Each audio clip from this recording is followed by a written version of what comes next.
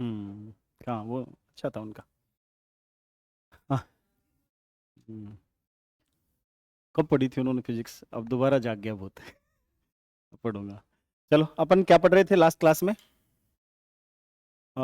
उसकी न्यून ताप की कुछ विधियां पढ़ ली थी, है ना? और कौन कौन सी हो गई थी?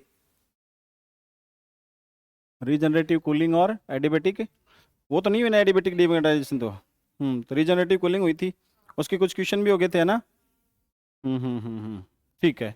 नेक्स्ट विधि अपने पास है, जो आपके सिलेबस में है, कूलिंग बाय एडिमेटिक डीमैग्नेटाइजेशन। कौन सी है? कूलिंग बाय,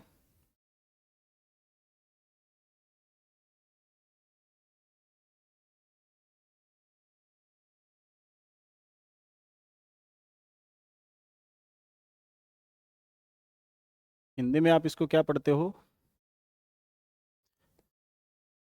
हाँ, इसमें एक छोटी सी बात और लिख दूं मैं, ताकि आपके कन्फ्यूजन नहीं हो। वो बात कई बार कन्फ्यूजन कर देती है, क्वेश्चन आता है तब। एडिबेटिक डीमैग्नेटाइजेशन ऑफ साल्ट्स। नॉर्मली ये काम में लिए गए थे, है ना? और साल्ट भी कौन से? Paramagnetic salts. ये कई कई बार ये छोटी छोटी बातें मैं लिखता हूँ ना, इधर उधर ऐसे करके, है ना? तो वो उन बातों पर आप विशेष ध्यान दिया करो, क्योंकि अचानक से वो क्लिक करती है और आती है, और वो चीजें बहुत इंपॉर्टेंट होती हैं, है ना? ये ध्यान रखा करो आप, पैरामैग्नेटिक साल्ट्स यूज किए थे, है ना? हाँ, अनुचुंबकीय। और ये नाम इसलिए बोल रहा हूँ क्योंकि आगे बताऊंगा ना एक बात, तब काम आएगा ये। अनुचुंबकीय लवणों के ये हैं रुद्धोष्म, विचुंबकन द्वारा।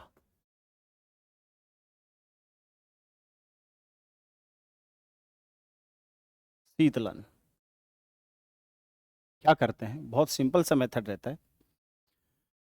सबसे पहले एक ट्यूब लेते हो आप। इसका डायग्राम तो बनाना पड़ेगा, क्योंकि उसी पे सारे बात समझानी पड़ेगी आपको। ट्यूब कंसीडर करते हो आप, ठीक है?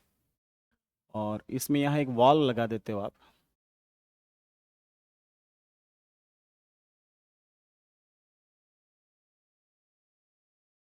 उस वॉल में इधर से, एक सेकेंड, पूरा जाएगा क्या? एक ट्यूब,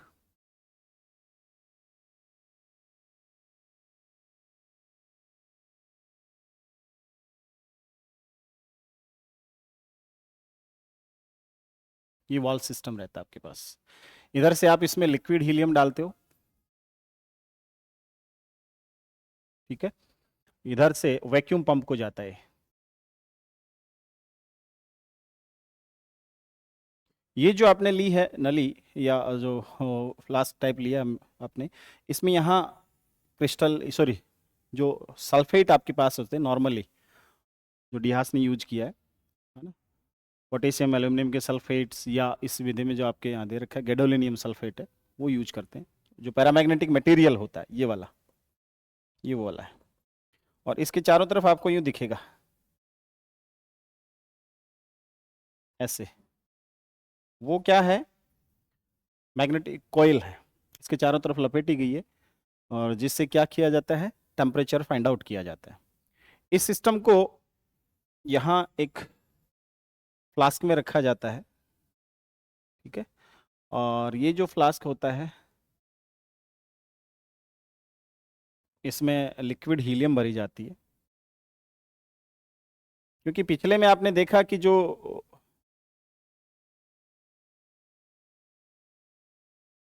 सरेंद्र डार्ट प्रयोग था, उसमें गाउक बताता है कि आप मिनिमम से मिनिमम 0.82 केल्विन तक टेम्परेचर फाइंड आउट कर सकते हो ना? इसके बाहर एक और फ्लास्क लेते हैं, और इस फ्लास्क में, अंदर वाले में तो लिक्विड हीलियम था, लिक्विड हीलियम। इनिशियल टेम्परेचर एक 2 केल्विन, 3 केल्विन, 4 केल्विन, 5 केल्विन इतना बनाए रखने के लिए अपन क्या करते हैं, बाहर ये लिक्विड हीलियम और हाइड्रोजन लिक्विड फॉर्मेट में भरते हैं, और ख़ास बात अंदर ये जिसमें ट्यूब में भरा हुआ है पैरामैग्नेटिक मटेरियल, उसको अपन वैक्यूम के द्वारा लो टेम्परेचर लो प्रेशर पे ले जाते हैं, ताकि ये सिस्टम जो है पूरा का पूरा इधर से पैक रहता है, तो पूरा का पूरा क्या बन जाए, एक एडियाबेटिक सिस्टम बन जाए, और इसका इनिशियल जो टेम्परेचर है वो लिक्विड और हाइड्रोजन हीलियम की वजह से क्या आ जाए, लगभग 3-4 केल्विन के आसपास आ जाए। ठीक है, यहाँ रहता है लिक्विड हाइड्रोजन। ठीक है, और इस पूरे सिस्टम को किस में रखा जाता है, प्रबल चुंबक के ध्रुवों के बीच रखा जाता है, ये वाला, इसको आप एन और एस कह सकते हो, प्रबल चुंबक।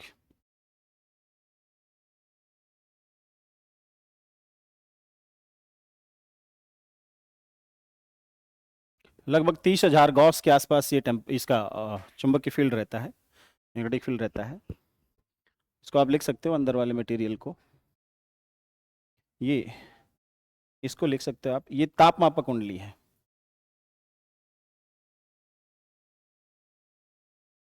टेम्परेचर मेजरिंग कॉइल है, और ये यहाँ जो लिया गया है ये मटेरियल क्या है, इसको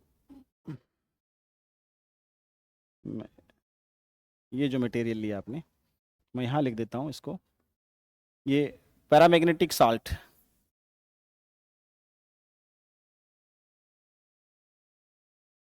सच एज गैडोलिनियम सल्फेट और potassium plus aluminium sulphate, alum कह सकते हो, और सल्फेट। ठीक है, पोटेशियम एल्यूमिनियम सल्फेट।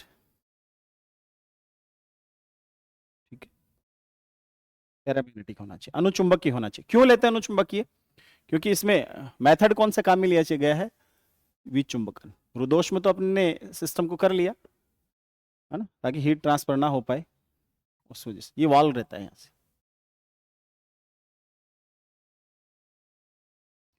बना दिया, बहुत सिंपल सा मेथड है, बहुत ही सिंपल सा मेथड है।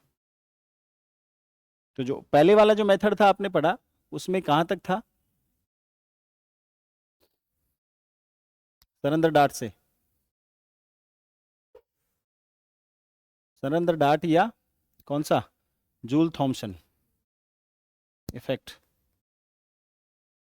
उसमें कितना टेम्परेचर, डिबा गाउक कहता है कि ऑलमोस्ट 0.82 केल्विन तक आप ले सकते हो, उसमें 0.82 केल्विन के आसपास ले सकते हो, लगभग 1 केल्विन के आसपास आ गए, उससे नीचे भी आ गए। कालांतर में जब मेथड्स डेवलप हुए तो सारी चीजें, हाँ, फिर इससे भी कम टेम्परेचर की जब जरूरत हुई तो डीहास ने सबसे पहले इन पे काम किया था।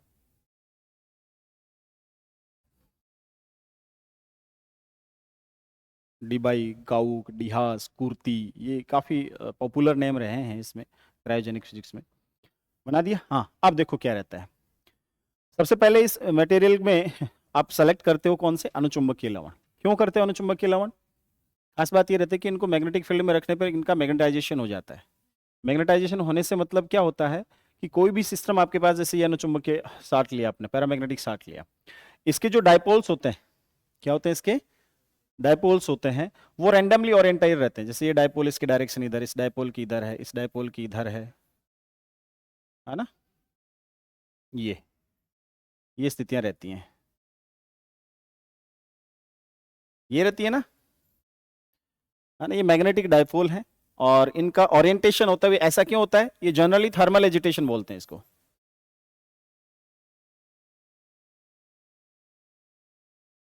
तापीय विक्षोभ के कारण ऐसा बोला जाता है कि सिंपल टेम्परेचर पे जब मटेरियल रहता है तो उसके कारण क्या रहता है, इनके डायपोल्स रैंडमली ओरिएंटेड रहते हैं, और इस कंडीशन में इसका नेट मैग्नेटाइजेशन बहुत कम होता है। क्या रहता है, बहुत ही कम रहता है। अब अपन कह रहे हैं ये सिस्टम, और करता क्यों ऐसा सिस्टम, अपने किसी स्टेबल कंडीशन में आने के लिए करता है। ठीक है ना, मिनिमम उसकी एनर्जी रहे उसके लिए सिस्टम ऐसा करता है। ठीक है ना, इसलिए रैंडम ओरिएंटेशन का रहता है डायपोल्स का।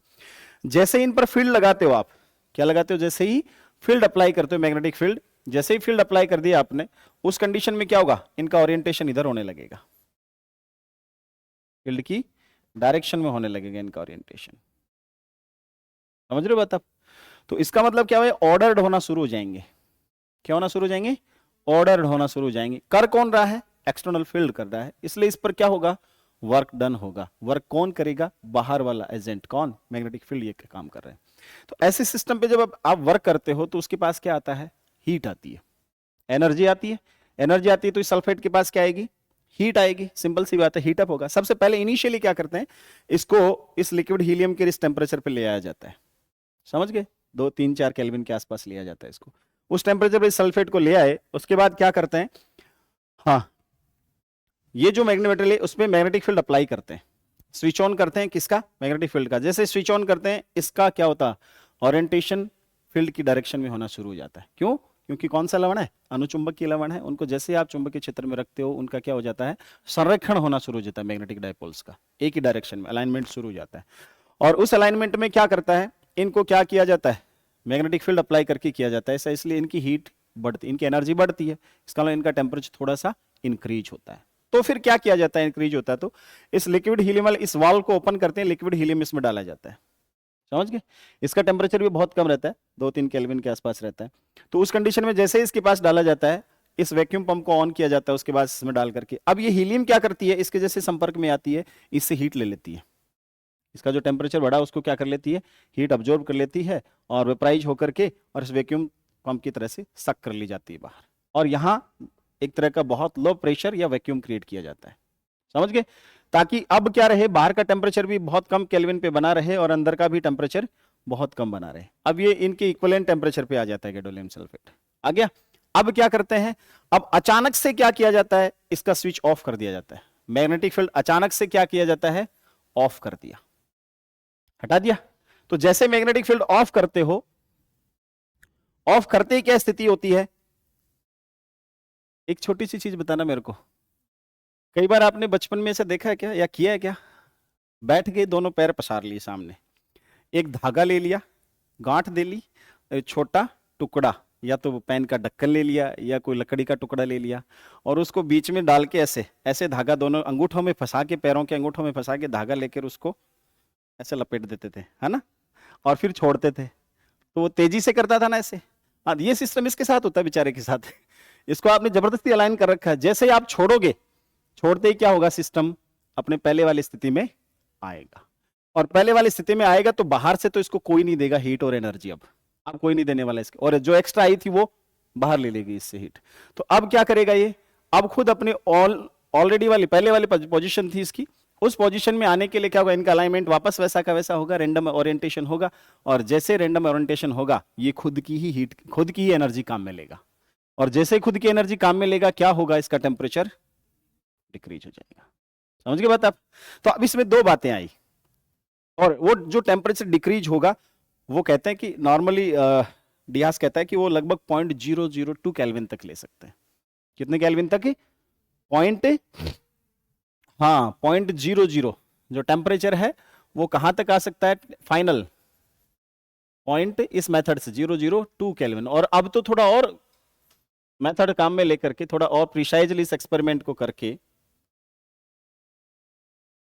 प्रिसाइजली थोड़ा सा और करके 0.014 केल्विन तक भी ज्ञात हो गया। समझ गए? अब इसमें दो चीजें हुई। मेथड इतना सही है, मेथड हो गया, है ना? अपन को तो इजी लगता है, लेकिन काम करते हैं तो बहुत मुश्किल भरा दौर रहता है। हाँ, इनिशियल जो रेंज होती है वो लगभग 3 4 केल्विन के आसपास रखी जाती है, 2 2.5 केल्विन से लेकर 3 4 केल्विन के आसपास। अब इसमें हुआ क्या, दो प्रोसीजर हुए। पहला एडियाबेटिक या पहले हुआ मैग्नेटाइजेशन। हुआ क्या?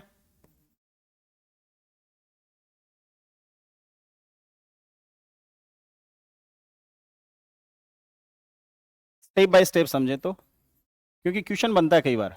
तो फर्स्ट स्टेप कहती है कि सबसे पहले आपने एडियाबेटिक मैग्नेटाइजेशन किया। क्या किया? रुद्धोष्म में चुंबकन किया। सबसे पहले, सबसे पहले रुद्धोष्म में चुंबकन किया। चुंबकन करते ही क्या हुआ, उसका टेम्परेचर, ताप पर क्या प्रभाव पड़ा? क्या होता है टेम्परेचर? हाँ, बिल्कुल। बार बार क्यों लिखी है, लिख देता हूं। जो टी है वो इंक्रीजेज। क्या होता है? हाँ, यहां इंक्रीज, वो इतना से करता है, इस वी चुंबकन में से वी हटा लेता है। और आपसे पूछ लेता है क्वेश्चन, रुद्धोष्म चुंबकन किया तो क्या हुआ? आप कहते हो साहब टेम्परेचर गिर गया और 0.002 केल्विन तक आ गया। हाँ आ गया, बिल्कुल आ गया, है ना। सबसे पहले करते हैं रुद्धोष्म चुंबकन, हमने मैग्नेटिक फील्ड ऑन करते हैं। चुंबकन का मतलब बी ऑन, बी का स्विच क्या रहता है? ऑन रहता है। इस कंडीशन में टेम्परेचर क्या होता है? राइज करता है, बढ़ता है। और उस टेम्परेचर को हम किससे कूल करते हैं? हीलियम से। हीलियम का वेपराइजेशन करवा लेते हैं, लो प्रेशर पे वेपराइजेशन करवा लेते हैं, तो उसका टेम्परेचर क्या हो जाता है? गिर जाता है। और जैसे गिर जाता है 1-2 केल्विन तक भी ला सकता हो, तो गिर जाता है, तो उस कंडीशन में क्या करते हैं? लो प्रेशर पे, ध्यान देना, हीलियम के लो प्रेशर पे ऐसा करते हैं। तो उस कंडीशन में उसको वापस बहुत कम टेम्परेचर पे ले आया जाता है। और उसके बाद सेकेंड स्टेप क्या कहते हैं? Adiabatic demagnetisation.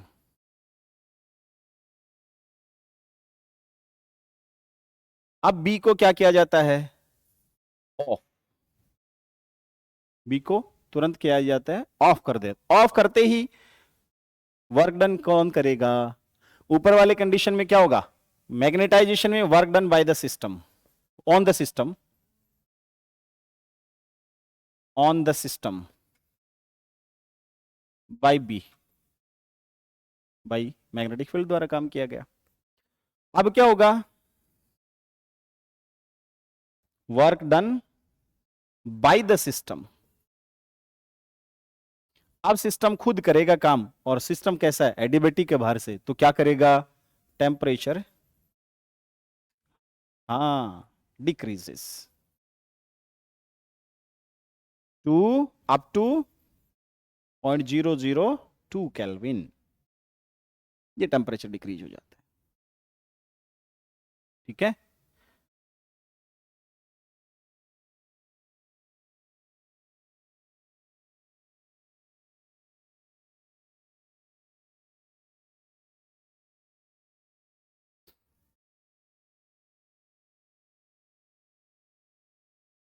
छाप दिया, आगे बढ़े।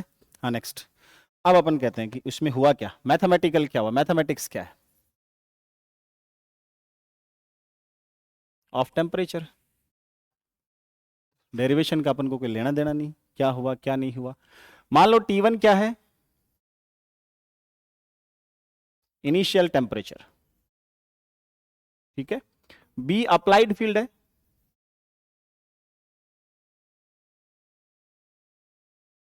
और T2 क्या है? Final temperature. और C क्या है मान लो? कई बार और ऐसे भी लिखते हैं, कई बार इसी को किससे लिखते हैं नॉर्मली? ऐसे भी लिखते हैं, क्यूरी कांस्टेंट। हाँ, क्योंकि क्यूरी नियम को फॉलो करेगा ना, है ना। टेम्परेचर तो इसी से मेजर करोगे, इस लॉ से आप, और इसको फिर चेंज करोगे किस में? थर्मोडायनेमिक टेम्परेचर में चेंज करोगे। इसमें ये भी काम करता है, देखना जरा, कि सबसे पहले आप क्यूरी कांस्टेंट यानी क्यूरी लॉ से टेम्परेचर फाइंड आउट करते हो, उसके बाद उसको किस में कन्वर्ट करते हो? हाँ, ये कांस्टेंट आपके पास रहता है। सी बी आपके पास रहता है specific heat eight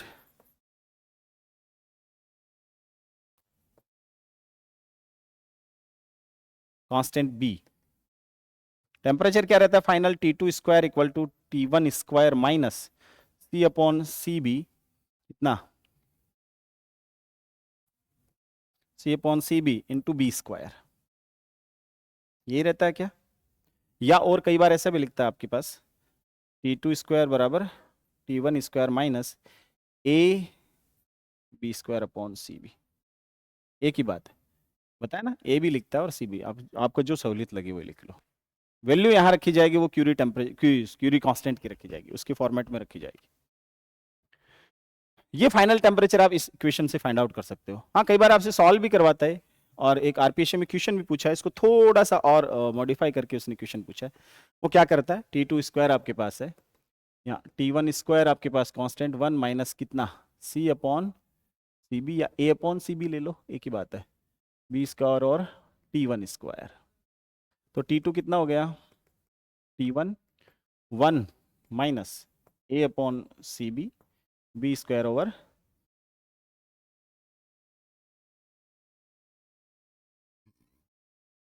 B square over T1 square, कितना आया, पावर हाफ। ये वैल्यू जो रहती है 1 से क्या रहती है, कम, तो क्या रहता है बायनोमियल एक्सपेंशन से T2 equal to T1 1 minus A B square upon 2CB। आगे वाले टर्म्स छोड़ दो, तो यहां से क्या आया T2 माइनस T1, कितना आ गया T2 minus T1, A T के साथ मल्टीप्लाई हो गया माइनस ए अपॉन 2CB और बी स्क्वायर ओवर T1। ये क्वेश्चन आपसे आरपीएससी में भी पूछा गया है कि जो चेंज इन टेम्परेचर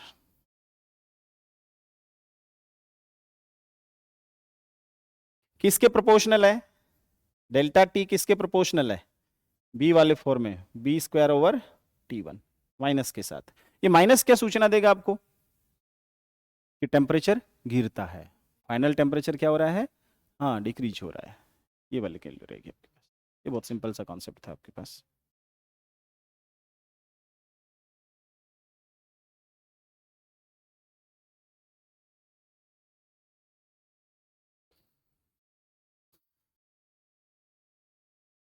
लिख दिया, छापो तो फटाफट, इसका इतना भी क्या कर रहे हो।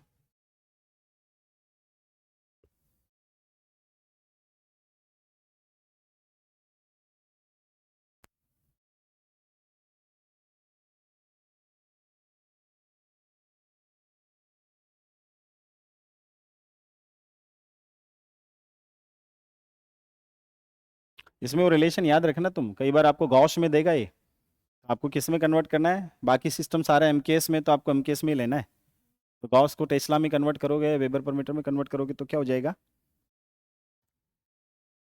एक टेस्ला किसके बराबर, 10⁸ गॉस के बराबर है। हाँ, और ही चेप रहे थे क्या, और होता है हैं, अच्छा ऑर्स्टेड होता है वो, बिल्कुल सही कह रहे हो, 10⁸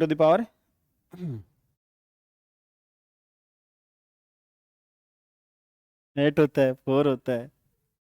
अरे वाह भाई, चेक कर लेना जो भी है, जो भी दे आपको, गॉश में दे तो आप उसको टेस्ला में कन्वर्ट करना, और बाकी अगर सारा सिस्टम सीजीएस में दे रखा है और आपको चेंज करना है टेस्ला में तो आप चेंज कर लेना टेस्ला में, गॉस में दे रखा है तो आप गॉस में। कहने का मतलब ये है कि आप यूनिट्स का ध्यान रखना स्पेशली, और ये छप जाए तो मेरे को बताना। ये तो छप ही गया। हम्म, ठीक है। हाँ, अब एक नेक्स्ट अपने पास सिंपल सा टॉपिक है, बहुत प्यारा सा है, और आपने बहुत बार सुना भी होगा कि ये सारे के सारे मेथड अपन काम में लेकर क्या कर रहे थे, अपन लिक्विफिकेशन कर रहे थे गैसों का। किसका लिक्विफिकेशन कर रहे थे, गैसों का, और as well as lower temperature जितना मिल जाए उतना कर रहे थे। तो ऐसा करते करते लास्ट में जब गैसों का सबका लिक्विफिकेशन हो गया, तो लास्ट में जाते जाते फिर किसका लिक्विफिकेशन हुआ, सबसे लास्ट में क्या रहा, 10⁴ Gauss, 10⁻, very good, thank you for that, है ना। हाँ, याद रखना, कहने का मतलब आप कन्वर्जन जब भी करो आप बिल्कुल एक ही पद्धति में लेके करो, है ना, एक ही सिस्टम में लेके करो, ठीक है। हाँ, नेक्स्ट अपन बात कर रहे थे, हाँ तो लिक्विफिकेशन जब कर रहे थे अपन गैसों का, तो करते करते लास्ट में किस तक पहुंचे, हीलियम तक। सबसे लास्ट में जो लिक्विफिकेशन हुआ किसका हुआ है, हीलियम का हुआ। और मजेदार बात यह है कि ये विचित्र ही है, कई कई गांव में कहते हैं अरे वो विचित्र ही है, इसको बेरो ही कौन पड़ा, कणा कर तो के कर जाए, है ना। तो ये वाली स्थिति किसके साथ थी, हीलियम के साथ ही। और अपन जो बेसिकली यहाँ पढ़ेंगे वो जो हीलियम आपके पास रहेगा, जिसके अपन यहाँ सारी की सारी बात करेंगे, वो सारी करेंगे, उसका भी टेम्परेचर जब लो किया गया तो पता चला कि लो टेम्परेचर पर तो इसका सॉलिड पॉइंट तो मिलता ही नहीं है, सॉलिड में कन्वर्जन है, फ्रीजिंग पॉइंट तो है ही नहीं इसका, low temperature sorry low pressure पे तो प्रेशर कम किया गया। सबसे पहले द्रवण की विधियों में काम में लिया गया, हीलियम को वाष्पन के द्वारा क्या किया गया, कम करने का प्रयास किया गया इसका टेम्परेचर। प्रयास भी रहा, ठीक भी रहा, लेकिन उसमें एक ही चीज मिली कि लिक्विड और वेपर जो प्रेशर था, लिक्विड और वेपर जो फेजेस थी वो इक्विलिब्रियम में आ पाई। सॉलिड फेज मिली नहीं इस मेथड से। तो फिर दिमाग लगाया कि भाई अगर इधर नहीं मिल रही तो फिर क्या करो, उधर करो। तो फिर उन्होंने प्रेशर लो करने की बजाय क्या किया, वेपराइजेशन के बजाय उन्होंने क्या किया, मेथड उल्टा किया और प्रेशर हाई करना शुरू किया। जब हाई करना शुरू किया तो पता चला कि जम ने किया, तो सबसे पहले तो उन्होंने देखा कि लगभग 23 एटमॉस्फेरिक प्रेशर करते हो, 23-25 के आसपास की बात कर रहे हैं, वो 23 कहता है, बुक्स 25 कहती हैं लगभग। तो उस केस में देखने को मिला कि भाई लगभग इस टेम्परेचर पे, इस प्रेशर पे लगभग 1.1 केल्विन पर उसको क्या किया जा सकता है, सॉलिडिफाई किया जा सकता है। फिर प्रेशर बढ़ाया गया, बढ़ा बढ़ा के, फिर तो वही है ना कि साइंटिस्ट चालू हुई, तो प्रेशर बढ़ा बढ़ा के देखा गया, तो बोले कि लगभग 140 एटमॉस्फेरिक करते हो तब 4.2 केल्विन पर भी क्या किया जा सकता है, उसको सॉलिडिफाई किया जा सकता है। फिर बोले और करो, फिर लगभग बढ़ा के देखा, बोले 5800 केल्विन एटमॉस्फेरिक करके देखो, तो 5800 एटीएम पे करके देखा, तो बोले 42 केल्विन तक भी क्या किया जा सकता है, उसको सोलिडिफाई किया जा सकता है। तो अब जो इधर करो मिले थे अपन को, है ना, लो प्रेशर वाले करो मिलते, वो और इनमें काफी डिफरेंस आ गया, और देखा गया कि तीनों ही कंडीशन में दोनों ही कंडीशन में कोई भी एक कॉमन पॉइंट कभी नहीं मिला। इसका मतलब ये हुआ कि हीलियम का कोई भी ट्रिपल पॉइंट नहीं है। मजेदार बात। और इसकी कुछ प्रॉपर्टीज भी थी। क्या थी इसकी कुछ प्रॉपर्टीज भी थी, वो भी अपन बात कर लें धीरे धीरे, हुआ क्या क्या क्या होता है इसके बारे में। हीलियम, ठीक है, दो फॉर्मेट में अपन पढ़ते हैं इसको, कब पढ़ते हैं कब नहीं पढ़ती वो भी देखते हैं। पहली बात तो इसके लिए क्रिटिकल टेम्परेचर देखें, वो कितना आता है 5.2 केल्विन, और उस पर प्रेशर कितना आता है क्रिटिकल, क्रिटिकल प्रेशर जो रहता है इसका वो अराउंड 0.05 एटमॉस्फेरिक रहता है। इसका मतलब ये होगा कि इस टेम्परेचर से ज्यादा अगर आपने थोड़ा सा भी इसका प्रेशर या टेम्परेचर बढ़ाया तो आपको गैस स्टेट में मिलेगी हीलियम। किस में मिलेगी, गैस स्टेट में मिलेगी। क्रिटिकल टेम्परेचर पॉइंट का मतलब ये रहता है। इसके बाद आपके पास जो लिक्विड और वेपर वाला जो फेज ट्रांजिशन है वो नहीं बचेगा, वो एक स्टेट बन जाएगी केवल गैस स्टेट, इसके बाद वाला केस। फिर देखा कि इसका बॉइलिंग पॉइंट जो होगा वो कहां मिलता है, पता किया गया टीबी जो इसका मिलता है, ये बॉयल मत समझ लेना तो इसको टी लिख दूं मैं, ज्यादा ठीक रहेगा, है ना। बॉइलिंग पॉइंट 4.2 केल्विन के आसपास मिलता है, ठीक है। किस प्रेशर पर, एट प्रेशर कितना 2.26 एटीएम, ठीक है। तो अब इसका मतलब ये हुआ कि इसका टेम्परेचर क्रिटिकल और जो बॉइलिंग वाला है वो बहुत नजदीक नजदीक है। कहां है, बहुत ही नजदीक नजदीक वाली स्थिति में आता है। और मजेदार बात क्या, जब इनका ड्रॉ करते हैं अपन फेज डायग्राम तो देखो क्या मिलता है।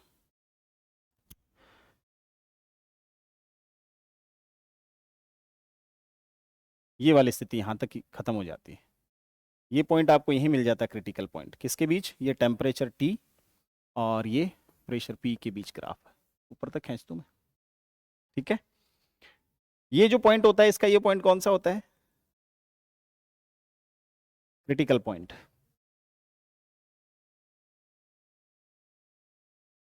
कितना टेम्परेचर 5.2 केल्विन, बहुत कम है, ध्यान देना।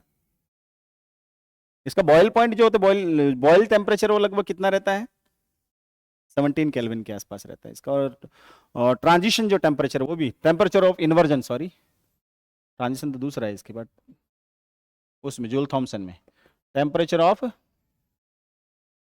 इन्वर्जन कितना, T I 34 kelvin. Boyle temperature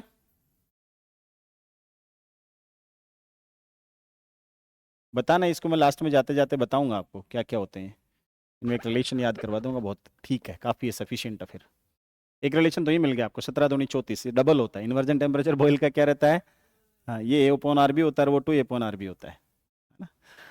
हाँ ये जस्ट सिंपल सिंपल से थे, ठीक है।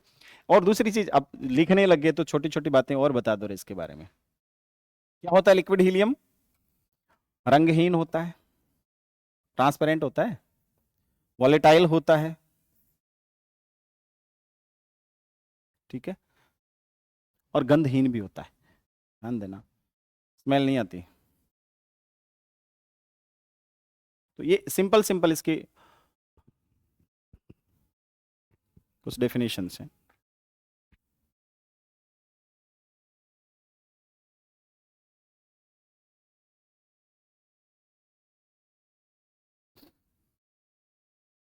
ठीक है। वॉलेटाइल मतलब जब सॉलिडिफाई करते हो आप उस स्टेट में वेपर बन जाती है, तुरंत तुरंत वेपोराइजेशन हो जाता है इसका, बहुत इजीली वेपोराइजेशन हो जाता है, कहने का मतलब सिंपल सिंपल प्रॉपर्टीज थी। अब देखो यहाँ आओ अपन क्या करते हैं, ये किस टेम्परेचर किस प्रेशर पे 2.26 atm, इतना अगर आप प्रेशर रखते हो तो पता, सॉरी ये तो उस पे है ना, बॉइलिंग पॉइंट है इसका, क्रिटिकल पॉइंट,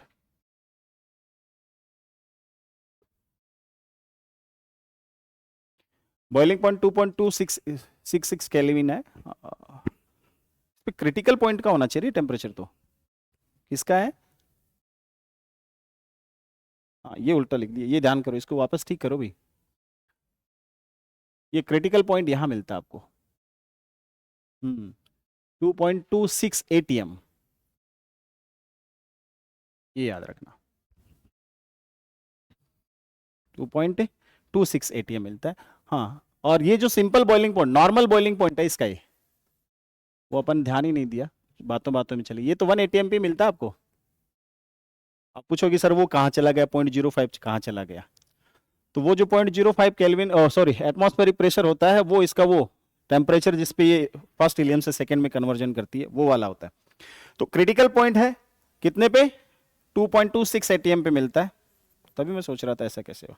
हाँ, इससे नीचे थोड़ा सा जाओगे तो 1 atm पे आप जैसे ही जाओगे तो जस्ट इसके नजदीक ही आपको क्या मिलेगा, 4.2 केल्विन मिलेगा, ये इसका नॉर्मल बॉइलिंग पॉइंट होता है।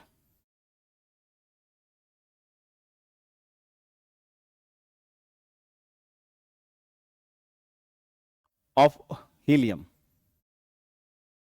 ठीक है, और ये कितने पे होता है, 1 atm पे, नॉर्मली अपन 1 atm पे एटमॉस्फेरिक प्रेशर जो रहता है उसी पे कंसिडर करते हैं। तो ये जो रेंज होती है क्रिटिकल और इसके बॉइलिंग के बीच, वो बहुत छोटी रहती है।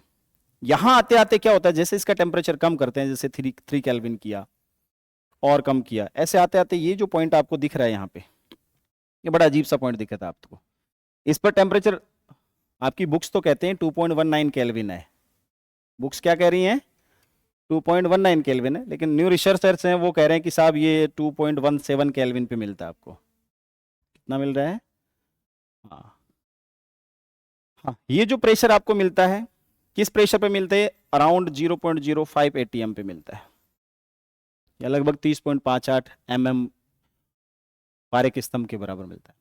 तो कहने का मतलब यहां ये वेपर प्रेशर है, ये वेपर कर्व है,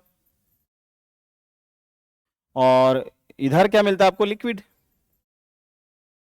हीलियम लिक्विड स्टेट में मिलती है, लेकिन इस टेम्परेचर पर आते आते अजीब सा बिहेवियर इसमें देखने को मिलता है, एक तरह की डिसकंटिन्यूटी सी देखने को मिलती है, इसका जो शेप आता है वो ग्रीक अक्षर लेमडा के जैसा आता है, इसलिए आपको ऐसा दिखेगा, इसको लेमडा पॉइंट भी कहते हैं, इस पॉइंट को कौन सा पॉइंट कहते हैं, लेमडा पॉइंट, ठीक है। हाँ, जब ऊपर जाते हैं तो पता चलता है कि लगभग 25 atm तक तो आपको कुछ नहीं मिलता सॉलिडिफाई स्टेट में, लेकिन उससे थोड़ा सा बढ़ते हो तो यहाँ ग्राफ थोड़ा सा चपटा होता है और फिर इंक्रीज कर जाता है, ये कहाँ होता है 30 atm, और इसके करस्पॉन्डिंग जो टेम्परेचर है वो कितना मिलता है 1.75 केल्विन। इस केल्विन और इस प्रेशर की जब बात करें तो यहां पर 30 atm पर आप उसको सॉलिडिफाई कर सकते हो, और नीचे की ओर आते हो तो देखो जरा, आते आते आते लगभग 25 केल्विन एटमॉस्फेरिक की जब बात करें तो इससे कम प्रेशर अगर आप लगाते हो तो इसको सॉलिडिफाई नहीं कर सकते, ये सॉलिड स्टेट है, सॉलिड हीलियम, ठीक है। इस कंडीशन में क्या रहता है सारा का सारा, इस ड्यूरेशन में बीच वाले पार्ट में लिक्विड हीलियम रहता है, ठीक है। लेकिन ये भी एक लेमडा पॉइंट एक तरह से, इस लेमडा पॉइंट को जैसे आप मिलाते हो,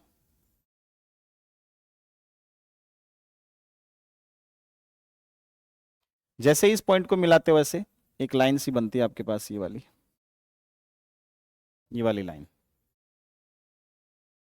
इसको ट्रांजिशन लाइन कहते हैं, इसको मैं क्या कह दूं, ए पॉइंट कह दूं क्या, ए कह दो, इसको सी कह दो, सी तो कह दिया, इसको बी कह दो, इसको यहाँ डी कह दो, इसको ई कह दो, और यहाँ एफ कह दो, ये बहुत तेजी से जाता है, इसका स्लॉप बहुत ज्यादा होता है, ई पॉइंट, तो ये ट्रांजिशन लाइन कहलाती है,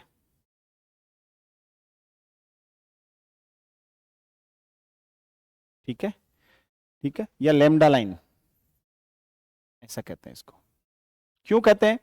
क्योंकि इसके इस तरफ दाहिनी तरफ अपन जो खड़े अपने दाहिनी तरफ, कहने का मतलब यहां हीलियम जो है उसको हीलियम फर्स्ट के नाम से जानते हैं, और यहां वाली जो हीलियम है इस तरफ लिक्विड, ये भी लिक्विड है, दोनों के बीच ऑलरेडी लिक्विड है।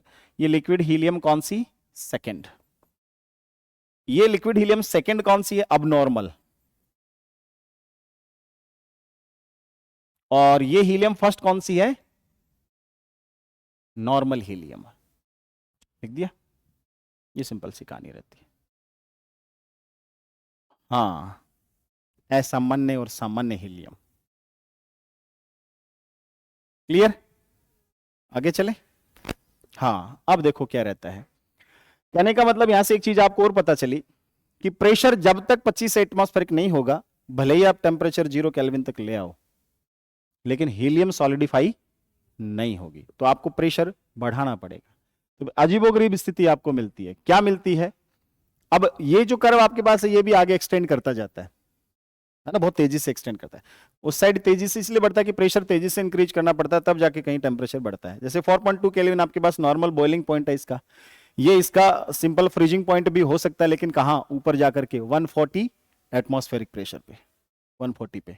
और खास बात, अगर प्रेशर और बढ़ाते हैं, जैसे 5800 केल्विन की, 5800 एटमॉस्फेरिक की बात करें, तो वहां 42 केल्विन तक चला जाता है। तो जैसे जैसे प्रेशर इंक्रीज करते जाते हैं, वैसे वैसे क्या चला जाता है इसका?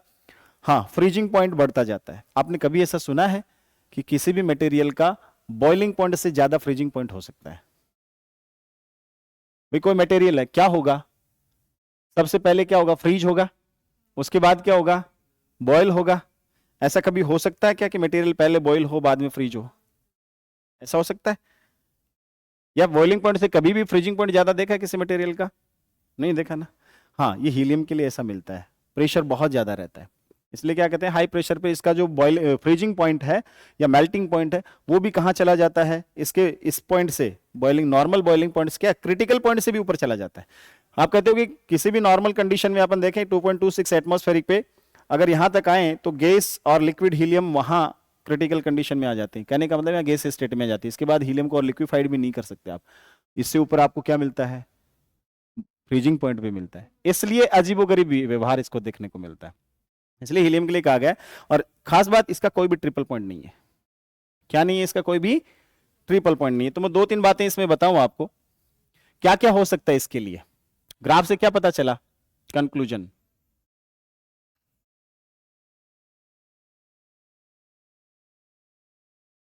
क्या क्या पता चला? पहला पता चला आपको, वन बाय वन चलते हैं। पहला पता चला कि there is no triple point.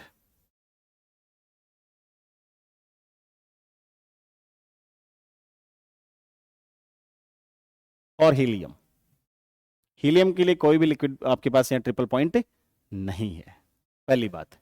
दूसरी बात, क्रिटिकल पॉइंट कितना लिख चुके अपन?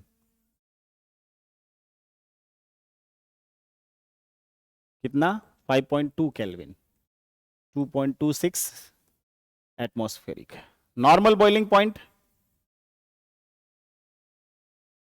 वो भी अपन लिख दिया 4.2 केल्विन और 1 एटीएम। ठीक है। तीसरा, लेमडा ट्रांजिशन, लेमडा पॉइंट। ये जो लेमडा पॉइंट होता है इसको अपन क्या कहते हैं? हाँ, ग्रीक अक्षर लेमडा जैसा मिलता है। क्यों? क्योंकि यहां शार्पली चेंजेस देखने को मिलते हैं। क्या क्या?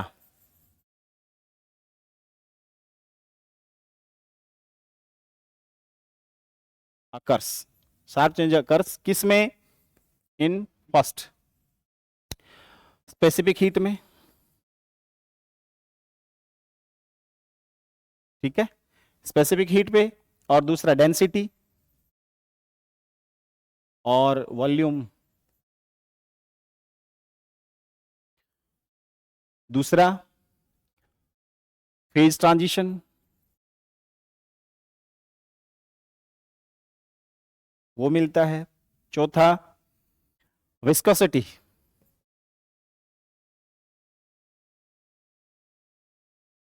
सात चेंजेस देखने को मिलते हैं इनमें। किसमें? विस्कोसिटी में, फेज ट्रांजिशन में, डेंसिटी में, स्पेसिफिक हीट में और थर्मल कंडक्टिविटी में।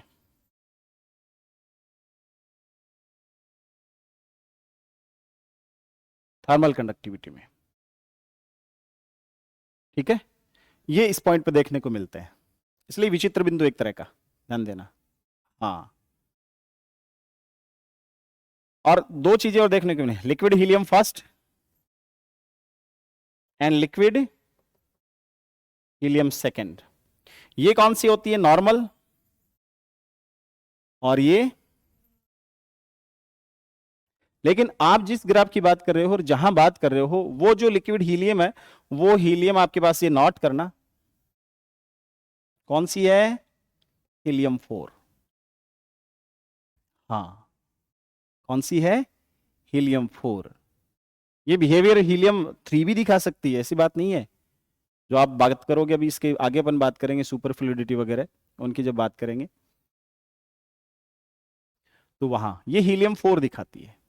इसका जो ट्रांजिशन टेम्परेचर इस लेमडा पॉइंट पर आप देखते हो, लेमडा पॉइंट पर जो टेम्परेचर रहता है कितना रहता है, 2.19 केल्विन। और आप जब कह रहे हो कि ऑथेंटिकेटेड बुक्स की बात करें, अब ऑथेंटिकेट क्या माने, आरपीएस ने तो 2.19 को इन्हीं बुक्स के आधार पर वेरीफाई कर दिया है। जब आप रिसर्च को देखते हो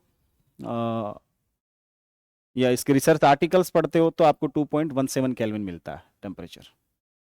ठीक है, तो ये जो 2.17 या 2.19 केल्विन की बात कर रहे हो, अगर आपके पास आरपीएस, अब आप कहोगे सर आपने तो कंफ्यूज कर दिया, आरपीएससी में अगर आपके पास क्वेश्चन आता है ना, और उसमें 2.19 देता है, तो वो 2.79 नहीं देगा।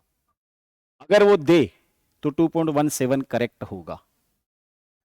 पहली बात, पहला ऑप्शन तो क्या आएगा आपके पास, चारों ऑप्शन में आपको इन दोनों में से 2.19 मिलेगा बेस्ड ऑन आपकी बुक्स, है ना। ठीक है, अगर आपके पास 2.19 नहीं मिले और अकेला 2.17 मिले तो 2.17 करेक्ट है। अगर एग्जाम में दोनों आ गए 2.19 और 2.17, तो क्या करना, 2.17। समझ रहे हो बात आप, क्योंकि इनको ऑथेंटिकेट बुक नहीं माना जाएगा। आप वालियों को, आप जो बुक लेके बैठे हो ना सीबीएस जेपीएस, इनको ऑथेंटिकेट नहीं माना जाएगा। ध्यान है, रेफरेंस बुक्स जब आप लेके बैठोगे या रेफरेंस पेपर्स लेके बैठोगे, जो आर्टिकल्स अच्छी जर्नल्स में पब्लिश हो चुके हैं, तो उनमें आपको 2.17 दिया जाएगा, रेफरेंस ही चलेगा। ठीक है, फिर भी चलो जो चल रहा है ढरा उस पर चल रहे हो आप, कोई बात नहीं, बता दिया आपको। हाँ, तो ये जो ट्रांजिशन टेम्परेचर है, ये किसका है, हीलियम 4 का है। आप कहोगे सर हीलियम 3 का क्या हुआ, फिर जो 3 हीलियम है ये भी लेमडा पॉइंट शो करती है, और विस्कोसिटी इस पॉइंट पे जाते जाते इसकी भी 0 हो जाती है, लेकिन इसके लिए इस पॉइंट पे, सॉरी इस पॉइंट पे नहीं, लेमडा पॉइंट पे जाते, और इसका जो लेमडा पॉइंट है उसके लिए जो टेम्परेचर मिलता है वो 0.0025 केल्विन होता है। इसके लिए कितना होता है लेमडा पॉइंट टेम्परेचर, हाँ 0.0025 केल्विन के आसपास होता है। तो आप जिस हीलियम की बात कर रहे हो, आपके ऑप्शन में अगर दे दे कि 2.17 या 2.19 जो आपके पास ट्रांजिशन पॉइंट है हीलियम का, वो कौन सी हीलियम, हीलियम 4 दिखाती है, हीलियम 3 दिखाती है, या कौन सी दिखाती है, क्या होती है, हाँ तो हीलियम 4 शो कर दे हैं। हाँ, दोनों हीलियम 4 हैं, ये भी हीलियम फर्स्ट भी हीलियम 4 है, और ये हीलियम भी क्या है, हाँ ये इसी की बात कर रहे हैं, ये इसी का ट्रांजिशन होगा इस टेम्परेचर पे। इसका जो ट्रांजिशन होगा ना हीलियम फर्स्ट सेकेंड पे, वो तो इस टेम्परेचर पे होगा।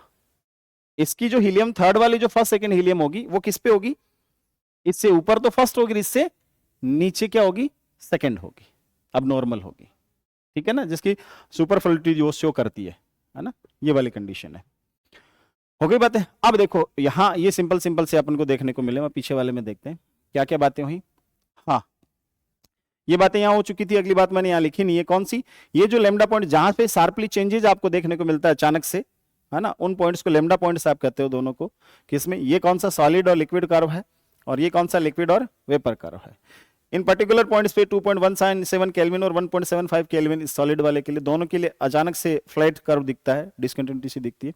तो वहां आपको ये देखने को मिलता है कि इन पॉइंट्स को जब मिलाते हैं, मिलाने के बाद जब स्टडी करते हैं, तो इसके इस तरफ अपने अपन जब पढ़ा रहे हैं, तो अपने दाहिनी तरफ वाला भाग, हाई टेम्परेचर वाला भाग, हाई टेम्परेचर की तरफ वाला भाग, वो नॉर्मल हीलियम की तरह बिहेव करता है, और इससे इस तरफ वाला भाग किसकी तरह बिहेव करता है, हाँ अब नॉर्मल हीलियम की तरह बिहेव करता है। लिक्विड फेज रहती है इन दोनों के बीच में, क्रिटिकल पॉइंट सॉरी तीनों का कोई भी ट्रिपल पॉइंट एक साथ है नहीं, तीनों एक जगह कहीं काटते नहीं है। ठीक है, ये स्थिति रहती है। अब खास बात क्या होता है, ये जस्ट जब एक्सपेरिमेंट्स करते हैं तो जस्ट ऐसा नहीं कि 2.19 पे ऐसा होना शुरू हो जाता है, ये थोड़ा पहले 2.55 केल्विन से होना शुरू होता है, 2.7 केल्विन के आसपास आते थे, अचानक चेंज आता है इसके प्रॉपर्टीज में, जो प्रॉपर्टीज अभी अपन ने लिखी ना उन प्रॉपर्टीज में। तो इसलिए अपन देखते हैं कि इन दोनों का चेंजेज है, इसलिए इन दोनों को अपन नॉर्मल और अब नॉर्मल बोलते हैं। होता क्या है, वो अपन बात कर लेते हैं वन बाय वन करके। होता क्या है इस ट्रांजिशन लाइन के इधर और उधर, होता क्या है, हीलियम फर्स्ट और हीलियम सेकेंड में होती क्या क्या चीजें हैं। सबसे पहली बात स्पेसिफिक हीट की बात करें। किसकी बात करें? Specific heat. तो ये जो स्पेसिफिक हीट है इसमें क्या चेंजेज आता है?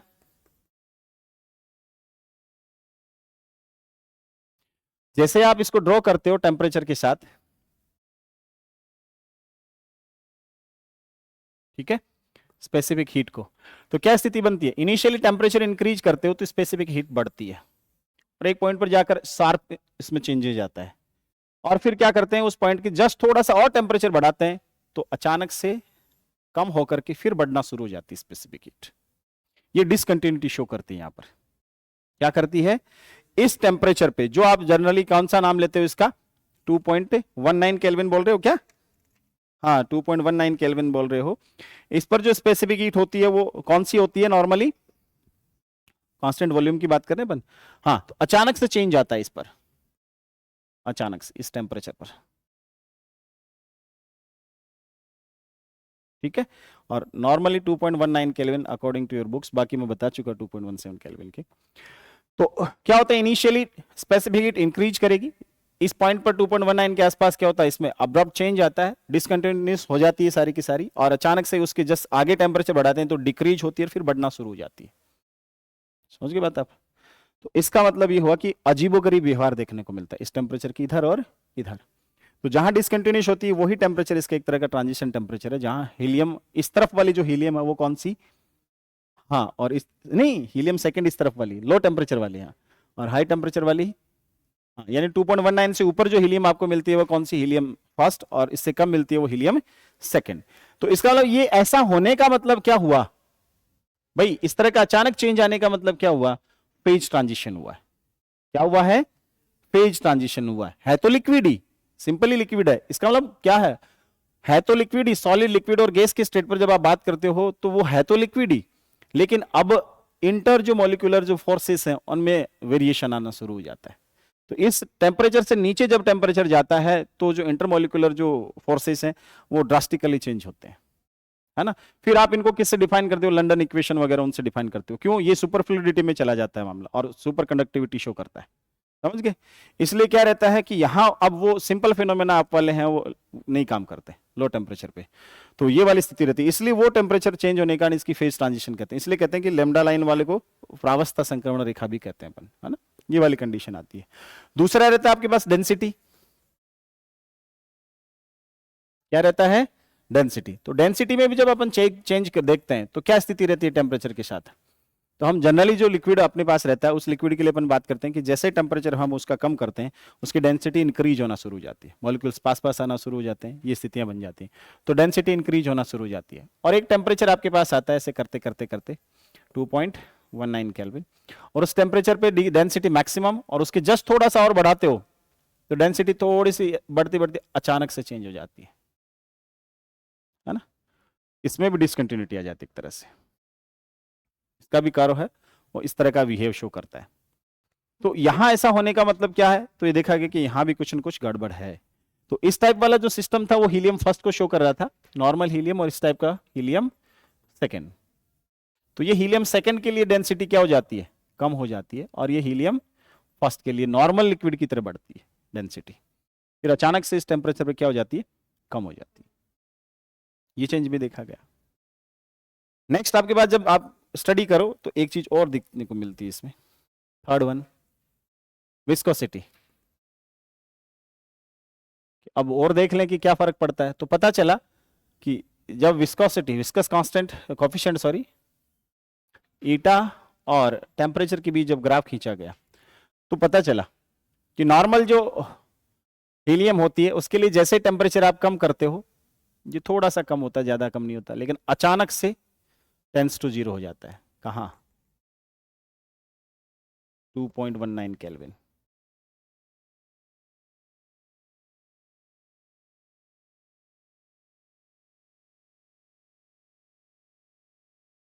समझ गए? विस्कोसिटी टेंड्स टू क्या हो जाती है? Tends to zero.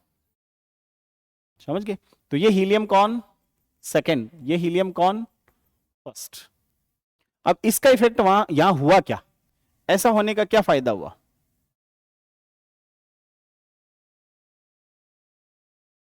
क्या? हाँ 2.19, सॉरी। ऐसा होने का फायदा क्या हुआ कि इस हीलियम की विस्कोसिटी क्या होगी, टेंस टू जीरो। और जिस लिक्विड की विस्कोसिटी टेंस टू जीरो होती है वो सुपर फ्लूइडिटी की ओर चला जाता है। क्यों? उसकी परतों के बीच में किसी भी प्रकार का अपेक्षिक घर्षण नहीं बचता, इसलिए वो बिना घर्षण के स्लिप होता जाता है। कहां तक फैलता है? जब मोनोटोमिक लेयर जहां तक नहीं बन जाती उसकी। फिर मजे की बात, और फिर भी वो फ्लूइड चलता ही रहता है नॉर्मली, है ना। हाँ, इसका फ्लो होना भी अपन कोहेसिव और एडेसिव फोर्सेस के बेस पे एक्सप्लेन करेंगे। तो कोहेसिव फोर्स तो इसका नेग्लिजिबल हो जाता है, टेंस टू जीरो हो जाता है, इसलिए शांता क्या हो जाती है इसकी, जीरो। तो आपसे पूछा जाए कि भाई 2.19 केल्विन जो टेम्परेचर रहता है, केल्विन टेम्परेचर रहता है, इस पर विस्कोसिटी का क्या होता है या ईटा की वैल्यू क्या होती है, तो टेंस टू जीरो। और थोड़ा सा कम करोगे तो क्या हो जाता है, वो जीरो हो जाती है ना। तो विस्कस जीरो विस्कस फोर्स हो जाता है वाला, जीरो विस्कस फोर्स लगता है इस पर। तो ये फ्लूइड, इसका मतलब क्या होगा, जितनी बारीक आपके पास नलियां हो सकती हैं उन नलियों में से इसको जब फ्लो कराओगे आप तो इजीली फ्लो कर जाएगा। जितनी सक्रिय नलियां हो, बाल के आकार की लो चाहे आप, कोई समस्या नहीं है, ठीक है। उसमें से बिना किसी अबाध गति के, आपको इधर से प्रेशर नहीं लगाना पड़ेगा, वरना पतली नलियां जैसे लेते हो तो प्रेशर क्रिएट करना पड़ता है, ऐसे इजीली जाता नहीं है पानी।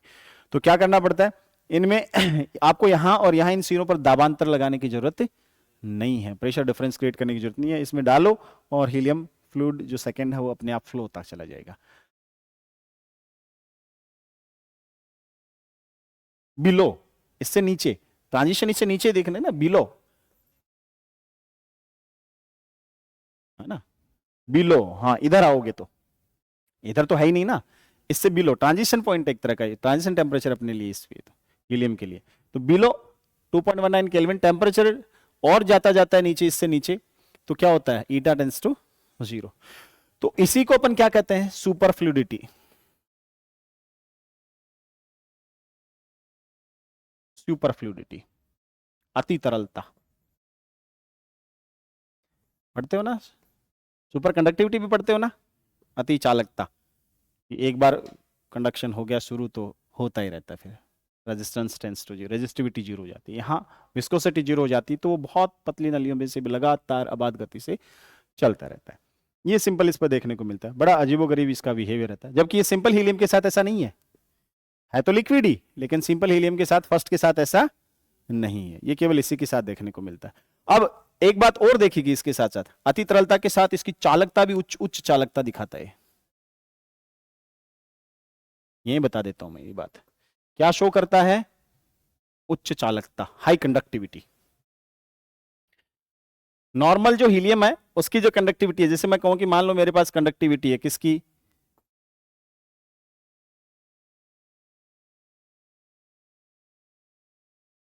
कंडक्टिविटी ऑफ हीलियम फर्स्ट, उसकी कंडक्टिविटी की लगभग कितना, 13.5 6 गुना।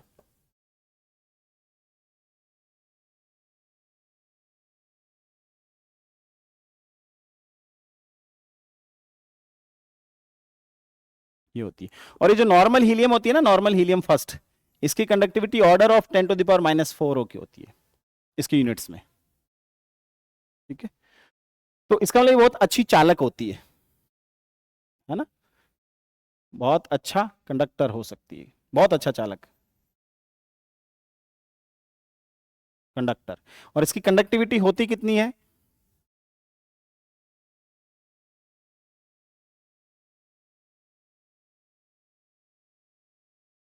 820।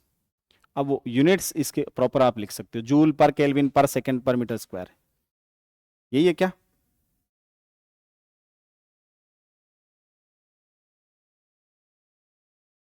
कैलोरी सॉरी, 820 कैलोरी, जूल नहीं, 4 से गुणा करना पड़ेगा।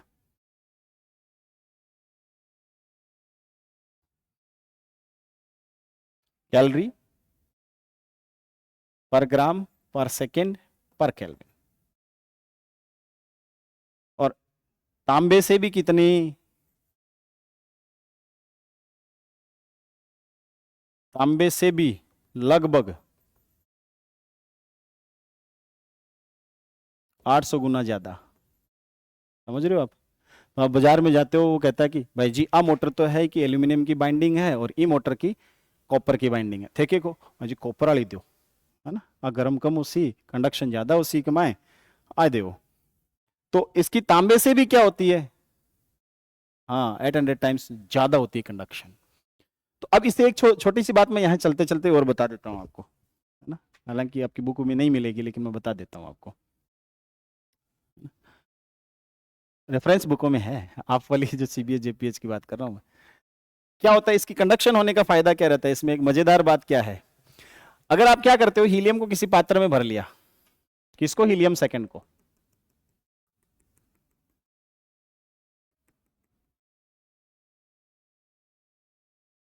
किसमें भर लिया, किसी पात्र में आपने भर लिया, तो क्या स्थिति रहेगी, और आप यहां से इसको हीट दे रहे हो,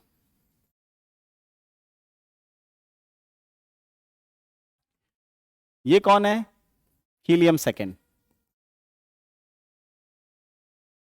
समझ गए बात आप? तो होता क्या है इसमें, और इसमें क्या होगा, देखो एक मैं और छोटी सी बात तो इंटरेस्टिंग, बहुत इंटरेस्टिंग बिहेवियर इसका, यहां मैं इसमें भर लेता हूं क्या, हीलियम फर्स्ट, इसमें क्या भर लेता हूं, हीलियम फर्स्ट, या नॉर्मल लिक्विड, हीलियम फर्स्ट और नॉर्मल लिक्विड आपके पास रहता है, तो क्या होगा दोनों में बिहेवियर, गर्म करने पे जो वेपोराइजेशन वाली कंडीशन होती है ना, उसकी अपन बात कर रहे हैं, कंडक्टिविटी का कहां इफेक्ट पड़ेगा इसमें। देखो यहां पानी, जैसे पानी मान लो आप इस केस में देखते हो, तो पानी देखो, तो पानी के केस में जैसे यहां गर्म करते हैं, बुलबुले कहां से उठना शुरू होते हैं, देखते हो ना कि यहां से संवहन धाराएं बन जाती हैं, कन्वेक्शन करंट्स बन जाती हैं, और यहां से मटेरियल सबसे पहले क्या होगा, गर्म होगा, उसके मॉलिक्यूल्स दूर दूर होंगे, डेंसिटी कम होगी, वो ऊपर उठेगा, कन्वेक्शन करके ऊपर जाएगा। समझ गए बात आप? और उस कंडीशन में यहाँ वाले जो मॉलिक्यूल्स हैं उनकी सबसे पहले वेपर बनेगी और वो ऊपर जाएंगी और फिर वेपराइज हो जाएंगे। आप क्या सोचते हो यहीं से वेपराइजेशन शुरू होता है? वो तो बाद में होता है जब पूरा गर्म हो जाता है तब, शुरुआत में यहीं से वेपराइजेशन शुरू होता है इस वाली कंडीशन से, और ये ऊपर चले जाते हैं, ये वेपराइजेशन शुरू होता है। समझ गए? लिक्विड हीलियम को जैसे आप गर्म करोगे इसका वेपराइजेशन यहां से शुरू होगा। क्यों? हाईली कंडक्टिव है। क्या है? हाँ हाईली कंडक्टिव है, तो मटेरियल जाने के बजाय कंडक्शन जल्दी कर देगा इसका, जो हाँ जो मटेरियल इसमें भरा आपने हीलियम सेकंड जो भरी है, इसका मॉलिक्यूल वहां जाने के बजाय कंडक्शन ही जल्दी कर देगा, इसलिए वेपराइजेशन कहां से शुरू होगा, पहले इधर से। और इसमें नॉर्मल लिक्विड में चाहे आप इधर से गर्म करोगे तो इधर से वेपराइजेशन शुरू हो जाएगा, इसमें भी आप इधर से गर्म करोगे तो भी वेपराइजेशन अपर लेयर से शुरू होगा इसका, है ना।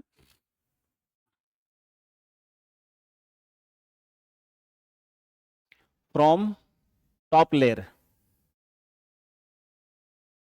ड्यू टू हाई कंडक्टिविटी, और ये फॉर नॉर्मल लिक्विड के लिए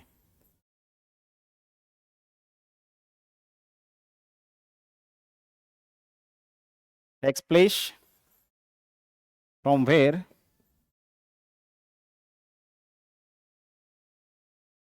we heat up liquid, liquid को अपन जहां गर्म करते हैं वहां से वेपराइजेशन शुरू होता है इसमें, है ना, उसमें वहां से शुरू होता है। ठीक है, क्लियर? ये बहुत सिंपल सा केस है।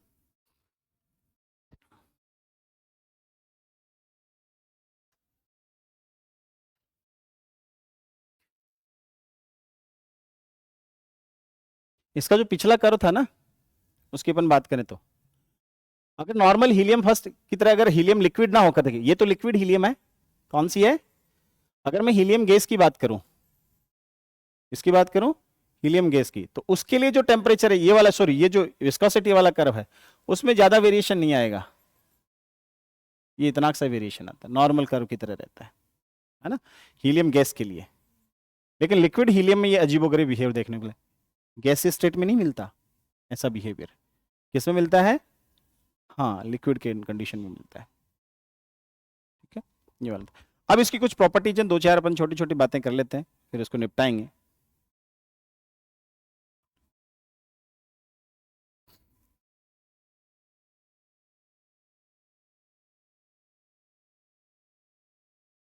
हो गया, ये हो गया। अब इसकी कुछ और प्रॉपर्टीज हैं, सम अदर प्रॉपर्टीज।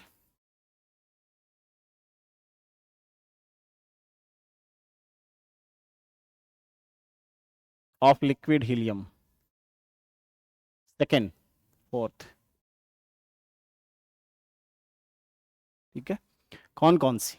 बाकी सारी चीजें तो शो कर ही रहा था, है ना, जीरो विस्कोसिटी शो कर रहा था, सुपर फ्लूइडिटी शो कर रहा था। इसके अलावा भी पहली आती है इसमें रोलिंग फिल्म।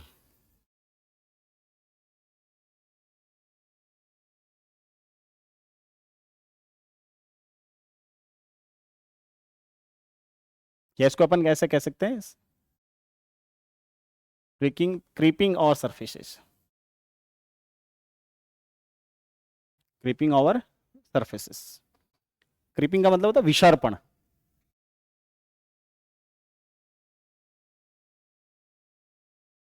अगर आप इसको ट्यूब्स में भरते हो, है ना, एक बात तब मैं बता दूं मैं आपको, छोटी सी बात, क्योंकि यहां से एक छोटा सा क्वेश्चन बनता है जिसमें आप गच्चा खा सकते हो, है ना। क्या बनता है, यहां अगर मैं ट्यूब लेता हूं, पतली ट्यूब, और इसमें हीलियम यहां भरता हूं, लिक्विड हीलियम, बाहर ऐसी है लिक्विड हीलियम, ठीक है। एक ट्यूब मैं यहां लेता हूं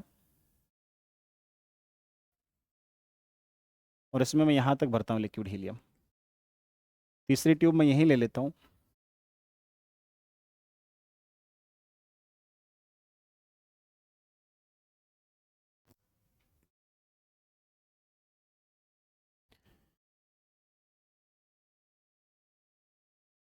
थोड़ी सी ऊपर इस ट्यूब को, यहां से इस लेवल से, और इसमें मैंने लिक्विड हीलियम भर रखी है। तीन ट्यूब की, ए, बी और सी वाली पोजीशन है, ठीक है। क्या, क्रीपिंग, CREEPING, ओवर सरफेसेस,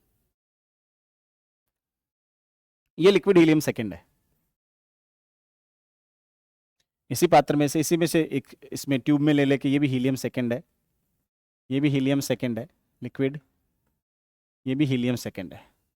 इसको बहुत ऊपर नहीं लेना है, नॉर्मल इसके जस्ट टच वाली सी स्थिति वहीं लेना है। होता क्या है इसमें, देखो इसका अंदर वाला जो लेवल है वो हीलियम का क्या है, कम है ना, बाहर वाला क्या है, ज्यादा है। तो हीलियम क्या करती है, बाहर से यहां से विसर्पण शुरू कर देती है, यहां से चढ़ना शुरू हो जाती है, अंदर आना शुरू हो जाती है। ये लो जनाब, ये स्थिति शुरू कर देती है, इसको कहते हैं विसर्पण।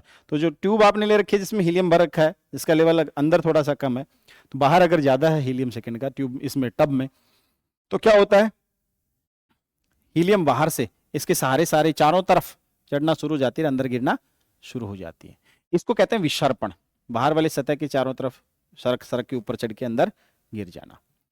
दूसरा, अगर इसका लेवल अंदर ज्यादा है तो ये क्या करेगी, अंदर से किधर शुरू हो जाएगी, बाहर की ओर आना, इधर आना शुरू हो जाएगी, ठीक है। अगर थोड़ा सा ही ऊपर उठाया उठाया तो भी ये सारी की सारी ट्यूब खाली हो जाएगी, तो भी ये सारा बाहर आ जाएगा, ठीक है। ये चारों तरफ फिल्म बन जाती है, इसको रोलिंग फिल्म कहते हैं,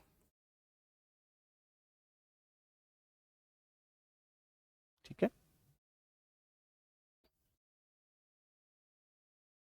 रोलिन फिल्म इसको कहते हैं। तो किसी भी सरफेस के चारों तरफ क्रीप करके बाहर या अंदर की ओर आना क्या कहलाता है, इसका विसर्पण करना, रोलिंग फिल्म का निर्माण कहलाता है। होता क्या है इसमें बेसिकली, अब आप कहोगे कि सर इसमें क्या हुआ, किस पे डिपेंड करता है ये जो निर्माण है रोलिंग फिल्म का निर्माण, ये किस पे डिपेंड करता है, या इसका विसर्पण कब होगा कब नहीं होगा, किस पे डिपेंड करता है, दो ही बातों पे डिपेंड करता है। जो आपने ले रखा है पदार्थ के क्षेत्रफल पर, या जो मटेरियल आपने लिया सब्सटेंस, उसके क्षेत्रफल पे,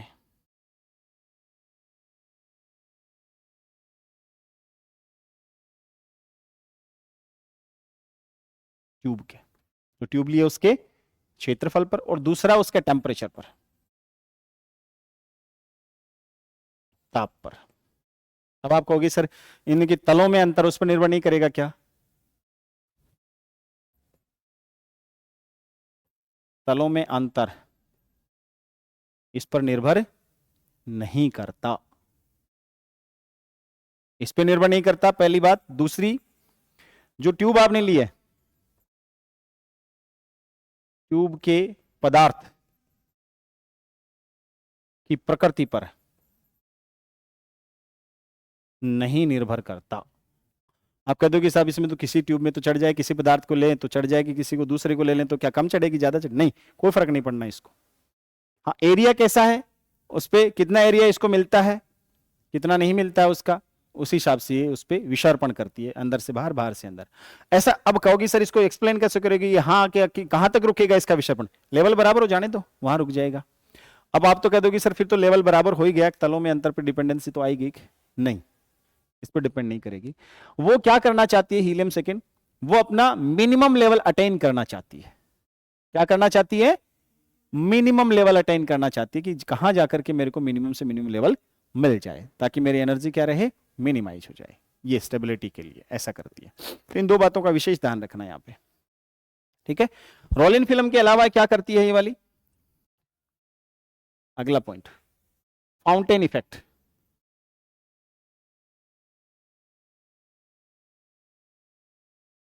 कौन सा, फाउंटेन इफेक्ट, इसको दूसरा नाम भी है, और थर्मोहाइड्रो हाइड्रोडायनेमिकल इफेक्ट, उष्मा यांत्रिकी प्रभाव, उष्मीय द्रव यांत्रिकी प्रभाव।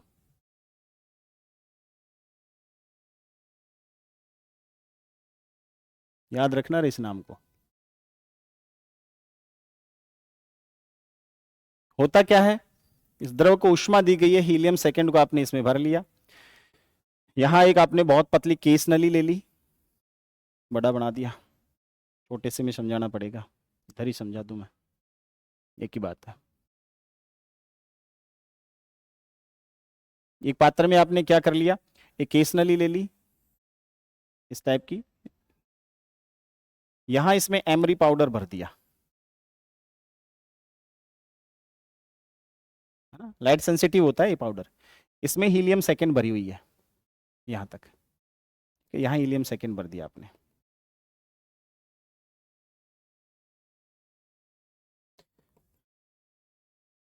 एमरी पाउडर,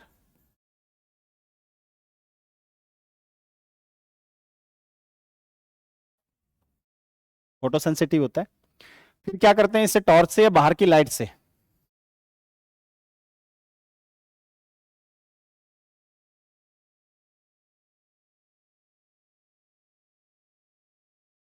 टॉर्च से क्या डालो, प्रकाश, या बाहर से प्रकाश डालो। ये एमरी एमरी पाउडर क्या करता है, इसको अब्जॉर्ब कर लेता है। जैसे अब्जॉर्ब करता है, यहां का टेम्परेचर क्या होता है, टी इंक्रीज होता है, यहाँ का टी, यहाँ का क्या होता है, इंक्रीज होता है। इंक्रीज होता है तो यहाँ प्रेशर भी क्या होता है, इंक्रीज होता है। समझ गए बात आप। और उसके कारण ये जो हीलियम इस केस नली में भरी हुई थी, ये ऊपर की ओर फवारे की तरह ही हो जाती है, इसमें फवारा सा उछलता है फिर ऐसे। और इस फवारे की जो मैक्सिमम हाइट है, अप टू कितनी, 30 सेंटीमीटर के आसपास तक मेजर की जा चुकी है, आधे मीटर तक ये वाली बात चली जाती है, फवारा सा जाता है ना। दाबांतर उत्पन्न होता है, ताप में परिवर्तन करने से, केस नली के दोनों सिरों में जिसमें हीलियम भरी हुई है, उसमें ताप में परिवर्तन करने से क्या होता है, दाबांतर उत्पन्न होता है, जिसके कारण क्या करती है, ये हीलियम को बाहर की ओर फाउंटेन के रूप में फेंकती है। इसको इसका फाउंटेन इफेक्ट कहा जाता है।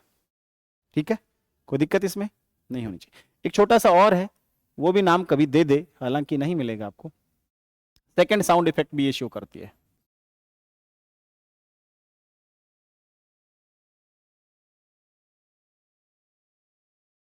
किसके फॉर्मेट में,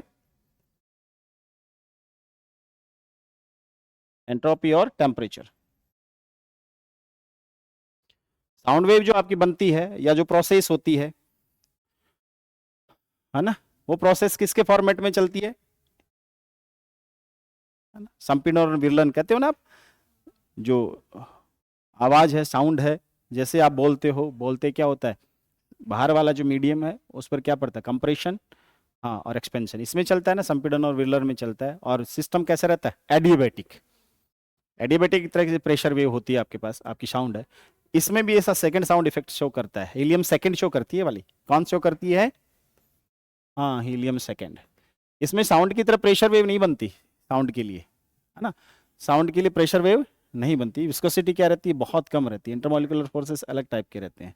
तो उस कंडीशन में एंट्रोपी और टेम्परेचर में जो वेरिएशन आता है ना, उस वेरिएशन को ही एक वेव के तौर पे ट्रैक किया जाता है, और उसी को क्या कहते हैं, सेकंड साउंड इफेक्ट कहा जाता है इसमें। ठीक है ना। तो ये वाला इफेक्ट और है इसका, याद रखना। ये था आपके पास क्या, हाँ, हीलियम सेकंड, अजीबोगरीब बिहेवियर। कुछ बच गया क्या हीलियम का? हो गया क्या ऑलमोस्ट? चलो नेक्स्ट। अब आप कह रहे हो कि सर एक छोटी सी बात तो और रह ही गई, नोट करके बता दूं मैं आपको, इसको आप विशेष तौर पे याद रखें। पहली बात क्या, अनुचुंबकीय जो लवण है, रुद्धोष्म, विचुंबकन किया था ना अपन ने,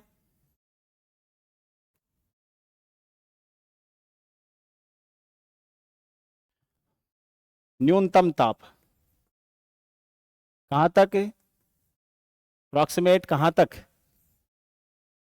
2 केल्विन। और अभी बताया ना कहां तक ले लिया गया है, कितना, 14 केल्विन तक। इसी के ऑर्डर का ये भी, या यूं कहूं मैं कि ऑर्डर ऑफ 10⁻³ केल्विन, यही हुआ। 1.4 या 2 केल्विन के आसपास हो गया। 10⁻³ केल्विन साथ में लोगे तो, है ना। हाँ, इससे भी कम तापमान कहां तक, कौन सा, नाभिक के विचुंबकन द्वारा, नाभिक के रुद्धोष्म विचुंबकन।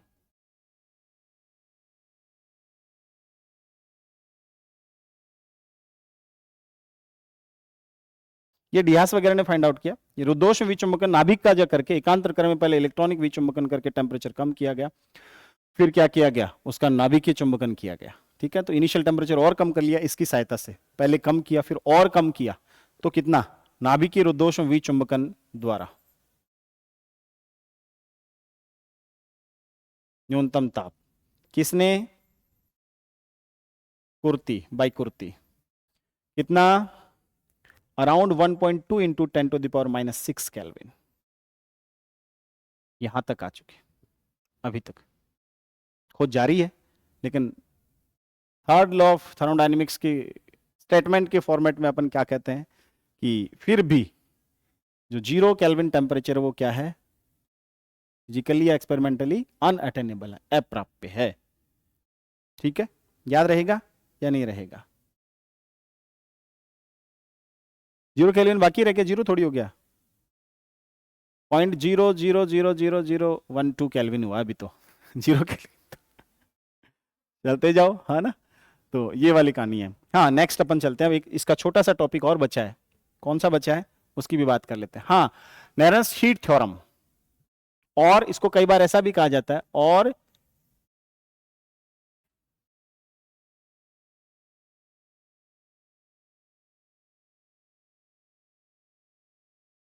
Third law of thermodynamics.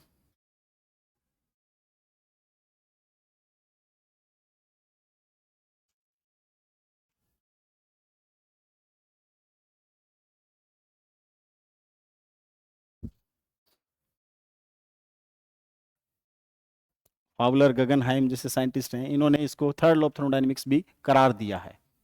क्या बताता है third law of thermodynamics? Normally ये बताता है कि जो एब्सोल्यूट जीरो टेम्परेचर है उस पर सिस्टम की सिचुएशन कैसी रहती है, उसके एंट्रोपी है, उसकी इंटरनल एनर्जीज हैं, वो एंथैल्पीज हैं, गिव्स एनर्जीज हैं, वो कैसी रहती हैं, हेल्महोल्ट्ज फ्री एनर्जीज हैं वो। तो ये कहता है कि उस टेम्परेचर पर जब भी अपन पहुंचते हैं ये सारी की सारी कांस्टेंट हो जाती है। और ये कहता है कि एब्सोल्यूट जीरो टेम्परेचर जब आपको मिलता है तो उस टाइम एंट्रोपी जो सिस्टम की रहती है वो एक एब्सोल्यूट वैल्यू आपको देती है। तो एंट्रोपी ये कहता है कि अपने तरीके से तो एंट्रोपी की एब्सोल्यूट वैल्यू फाइंड आउट की जाती है। या यूं कहें कि सारी की सारी जो रिएक्शंस होती हैं वो इस तरह से गवर्न होती हैं कि उनमें एंट्रोपी का जो चेंज है वो क्या रहता है, जीरो रहता है। तो कहता भी है क्या, एट एब्सोल्यूट नल पॉइंट का मतलब zero point, zero temperature, 0 Kelvin temperature, sorry, at absolute null point 0 Kelvin temperature, all reactions proceed without change in the value of entropy of the system. कहता है कि इस कंडीशन में आपके पास entropy की absolute value आ जाती है जो टेंस टू 0 होती है, अप्रोक्स 0 ही कहते हैं, बाकी स्टेटमेंट इसको सपोर्ट करेंगे। तो कह रहे हैं कि एंट्रोपी में चेंज 0 होता है, यानी एक कांस्टेंट एंट्रोपी पे गवर्न होती है, अग्रसर होती है, बढ़ती है नहीं, मिनिमम 0 का मतलब उससे मैक्सिमम क्या रहेगा, बाकी किसी भी टेम्परेचर पर, है ना। तो कहता है कि जो एब्सोल्यूट 0 केल्विन टेम्परेचर है उस पर एब्सोल्यूट वैल्यू ऑफ एंट्रोपी क्या फाइंड आउट कर सकते हो। इंटरनल एनर्जी है वो भी क्या रहेंगी, इनिशियल और फाइनल सेम रहेंगी। एंट्रोपी है वो भी इनिशियल फाइनल क्या रहेगी, सेम रहेगी। बाकी हीट कैपेसिटीज हैं वो भी इनिशियल और फाइनल क्या रहेंगी, सेम रहेंगी, उनमें कोई चेंज नहीं आएगा। कब, इस टेम्परेचर पे। ये नर्स हीट थ्योरम है। साइंटिस्टों ने इसको क्या कहा, थर्ड लॉ ऑफ थर्मोडायनेमिक्स भी कहा, और इसके सपोर्ट में कई स्टेटमेंट दिए गए, है ना। उनमें पहला तो एक तो फॉलर इन गगनहाइम का था, है ना। वो कहता है कि if A system is not absolute 0 its entropy will be universal constant. Sorry, if a system is at absolute 0 its entropy will be a universal constant. For convenience it may be taken to 0, है ना। तो ये कहता है कि अगर absolute 0 temperature आप किसी सिस्टम का लेते हो तो उस कंडीशन में यूनिवर्सल कांस्टेंट की तरह उसकी एंट्रोपी को यूज किया जा सकता है, और उसकी वैल्यू सरलता के लिए क्या ली जा सकती है, 0 ली जा सकती है, ठीक है। और वो भी यही कहता है कांस्टेंट हो जाती है एंट्रोपी, इसलिए नो चेंज हो जाता है, तो ठीक है। यानी लिमिट t टेंस टू 0 पे s कितना हो जाता है, 0 हो जाता है। मैक्स प्लैंक भी कहता है साथ में एडिशनल स्टेटमेंट के साथ कि जितने भी फेजेज हैं सारी फेजेज में एंट्रोपी का मान सेम मिलता है आपको, और the entropy of a solid और liquid is 0 at absolute 0 of temperature. कहता है कि सॉलिड हो, लिक्विड हो, जो भी आपके पास ये अलग अलग फेजेज में मटेरियल है, सारे फेजेज में उनकी एंट्रोपी क्या मिलती है आपको, 0 मिलती है। लेकिन इसमें थोड़ा सा और एडिशनल लुइस और लेविस और रेंडल देते हैं स्टेटमेंट। वो कहते हैं कि हाँ, मान ली आपकी बात एब्सोल्यूट 0 टेम्परेचर है, उस पे एंट्रोपी 0 होती है, लेकिन किन किन की। वो कहते हैं कि बहुत सारे मटेरियल आपके पास ऐसे भी हैं जैसे सॉल्यूशंस हैं, सुपर कूल्ड लिक्विड्स हैं, है ना, और एक अमोर्फस सॉलिड्स हैं, नॉन क्रिस्टलाइन जिनको आप कह सकते हो। तो ऐसे जो मटेरियल होते हैं उनकी आप एंट्रोपी 0 नहीं कर पाते एब्सोल्यूट 0 पर भी। तो कहते हैं कि हाँ 0 हो सकती है एंट्रोपी, लेकिन कितनी, किन किन मटेरियल्स की हो सकती है। वो कहता है कि जो क्रिस्टलाइन सॉलिड्स होते हैं, कौन से सॉलिड्स होते हैं, क्रिस्टलाइन सॉलिड्स होते हैं, उनकी एंट्रोपी आप 0 ले सकते हो और उसको आप एब्सोल्यूट बता सकते हो। तो कहता है कि energy system has finite and positive entropy. वो कहता है कि अदर देन किसी भी टेम्परेचर पे सिस्टम है वो अपने पास एक फिक्स एंट्रोपी रखेगा, फाइनाइट वैल्यू रहेगी उसकी, परिमित वैल्यू रहेगा। But at the absolute 0 temperature the entropy may become 0 and does so become in the case of a pure crystalline substance. वो कहता है कि आप ऐसा मत कहो इस बात को कि सारे के सारे मटेरियल्स आपके पास हैं, सबके लिए एब्सोल्यूट पे 0 हो जाएगी, एब्सोल्यूट पे 0 हो जाएगी, ऐसा नहीं है। जो प्योरली क्रिस्टलाइन सॉलिड्स आपके पास होते हैं उनकी एंट्रोपी क्या रहती है, 0 रहती है। और अदर जो कुछ लिक्विड्स आपके पास जैसे अमोर्फस है, नॉन क्रिस्टलाइन है, सॉल्यूशंस हैं कुछ, और सुपर कूल्ड लिक्विड्स हैं, उनके लिए एंट्रोपी 0 नहीं होती। वो कहता है कि फिर क्या करें। तो वो कहता है कि इस बात को आप ऐसे समझो कि एंट्रोपी बेसिकली होती क्या है। ये कहते हैं कि एंट्रोपी बेसिकली होती क्या है, कोई भी सिस्टम है उसकी जो मॉलिक्यूल्स हैं उनकी जो रैंडमनेस है, यानी उनका जो अरेंजमेंट मिस हुआ है, उसी की तो मेजरमेंट है।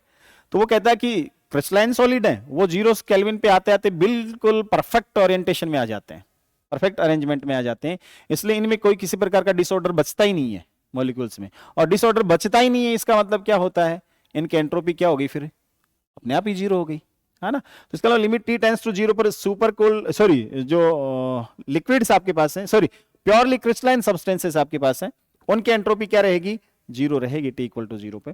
हाँ, वो कहता कि फिर जो बाकी अमोर्फस सॉलिड्स हैं, नॉन क्रिस्टलाइन है, सुपर कूल्ड लिक्विड्स हैं, सॉल्यूशंस हैं, इनके लिए क्या स्थिति रहती है। वो कहता है कि इनके जो मॉलिक्यूल्स के जो अरेंजमेंट है वो इनकी स्ट्रक्चर ही ऐसी है कि 0 केल्विन पर आने के बाद भी उनमें कुछ ना कुछ क्या बना रहता है, हाँ, मिस अरेंजमेंट बना रहता है। तो उसकी वजह से उनकी एंट्रोपी एग्जैक्टली अपन 0 नहीं कह सकते, वो कह सकता है कि हो सकता है कि आप इस नियम को, इसको थर्ड लॉ ऑफ थर्मोडायनेमिक्स कह देते हो, लेकिन बहुत सारे साइंटिस्ट इन्हीं बातों की बेस पे कहते हैं कि भाई हाँ, इसको थर्ड लॉ ऑफ थर्मोडायनेमिक्स नहीं कहा जा सकता, क्योंकि एब्सोल्यूट जो एंट्रोपी आपके पास है वो वैल्यू नहीं देती। तो फिर वो एक्सप्लेन भी करते हैं कि किसी भी टेम्परेचर पर एंट्रोपी की जो find out value find out करोगे, या यूं कहें कि एंट्रोपी में जो वेरिएशन है डेल्टा एस है, वो जो फाइंड आउट करोगे तो आपके पास क्या वैल्यू मिलेगी? 0 केल्विन पे डेल्टा एस तो आप 0 दे सकते हो नॉर्मली, डेल्टा एस तो 0 केल्विन पे क्या दे सकते हो? 0 दे सकते हो। कि अदर देन इस केल्विन पे एस टी जो रहेगी किसी भी टेम्परेचर पे, वो हमेशा क्या रहेगी? इससे 0 ही रहेगी, अदर देन 0 केल्विन। और यहीं से आप कहते हो ना कि delta S greater than equal to 0। तो डेल्टा एस का मतलब कितना? एस एट किसी temperature T minus S 0 absolute temperature T. तो ये जो वैल्यू है वो कहता है कि ये आप कह सकते हो कि किसी भी टेम्परेचर पर 0 हो, लेकिन हाँ, कोई नॉन जीरो टेम्परेचर आपके पास है उस पर इसकी वैल्यू 0 नहीं मिलेगी, ये वाली कंडीशन है। तो इसका मतलब आप इसमें क्या नहीं कर सकते, इस क्रिस्टलाइन सॉलिड्स को छोड़ करके बाकी सॉलिड्स के लिए या बाकी जो लिक्विड्स हैं उनके लिए आप ऐसा नहीं कह सकते कि एंट्रोपी 0 मिलेगी। हाँ, इसलिए नैनसेट का जो पहला स्टेटमेंट है वो यही कहता है कि भाई हाँ, ऐसे जरूर मान सकते हो कि भाई इस पर जाते जाते, इस टेम्परेचर पर जब भी आप सिस्टम को चेंज करोगे एक स्टेट से दूसरी स्टेट में, तो वो ये कहता है कि भाई हाँ, इस स्टेट पे जाते जाते एंट्रोपीज कांस्टेंट हो जाती हैं। बाकी लोगों ने सपोर्ट में इसको एब्सोल्यूट 0 वाली एंट्रोपी को एब्सोल्यूट एंट्रोपी फाइंड आउट करना बता दिया, लेकिन वो कहता है कि हाँ, कांस्टेंट हो जाती हैं, एनर्जीज हैं, एंट्रोपीज हैं, वो क्या हो जाती हैं? कांस्टेंट्स हो जाती हैं सिस्टम की पहले वाली स्टेट में और फाइनल स्टेट में लगभग क्या रहती है? कांस्टेंट रहती है। तो डेल्टा एस नॉर्मली 0 ले सकते हो आप, नैनसेट ये कहता है, नैनस्ट सॉरी, हाँ ना, अपन को आदत पड़ी है नैनसेट की। चलो एक दो क्वेश्चन देख लेते हैं, बाकी क्वेश्चन बाद में करवा देंगे आपको। If a paramagnetic salt placed in a field 1 weber per metre square, वो बताया था ना, हाँ, 1 weber per meter square at initial temperature 5 Kelvin is adiabatically demagnetized by reducing the field to 0. What would be the final temperature of the sample? ठीक है, change कर लेंगे इसको, हाँ, ये एडियाबेटिक डीमैग्नेटाइजेशन से है, ठीक है, कल करवा देंगे इसको, ठीक है ना। टाइम क्यों इशारा हो रहा है? टाइम हो गया सर, टाइम हो गया, कोई बात नहीं, टाइम हो गया तो